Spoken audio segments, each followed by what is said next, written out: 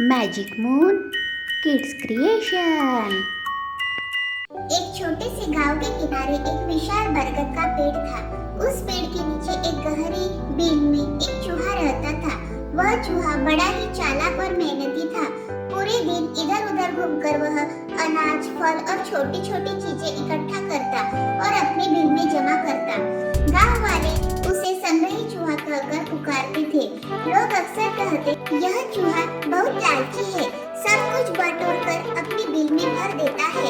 लेकिन किसी ने यह नहीं सोचा कि चूहा इतनी मेहनत क्यों करता है। गांव में अकाल पड़ा।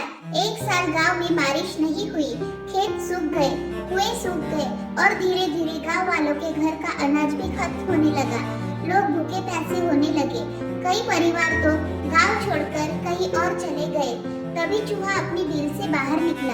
उसने देखा कि बच्चे रो रहे हैं, बुजुर्ग भूखे हैं और लोग परेशान हैं। उसके दिल में करुणा उमड़ी। चूहे ने निर्णय किया, मैंने तो बहुत अनाज जमा किया है, अगर मैं सब अकेला खाऊंगा तो उसका क्या फायदा। असली साथ तो दूसरों की मदद करने में है। उसने तय किया कि वह अपने अनाज का भंडार गांव वालों के साथ बांटेगा। अगले ही दिन गांव वालों ने देखा कि चूहा अपने छोटे छोटे पंजों में गेहूं और चावल के दाने लाकर उनके घरों के दरवाजे पर छोड़ रहा है। शुरुआत में लोगों को लगा कि यह एक सहयोग है, लेकिन जब रोजाना अनाज मिलने लगा तो सब हैरान रह गए। एक बच्चा बोला, माँ, यह वही संग्रही चूहा है जो रोज रोज हमारे दरवाजे पर अनाज रखकर जाता है। धीरे धीरे पूरे गांव में बात फैल गई कि चूहे ने सबकी मदद करनी शुरू कर दी है।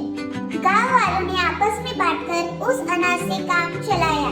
कुछ ने खेतों में बची खुची नमी से थोड़ी खेती की और धीरे धीरे फिर से जीवन पटरी पर आ गया। जब अगली बार बारिश आई तो गांव वालों ने चूहे के लिए विशेष पूजा की और उसके लिए घर घर में अनाज रख दिया। गांव का बुजुर्ग बोला, देखो, यह चूहा हमें सिखा गया कि साथ अकेले में नहीं बल्कि दूसरों के साथ बांटने में है। असली धन वही है जो समय पर दूसरों के काम आए।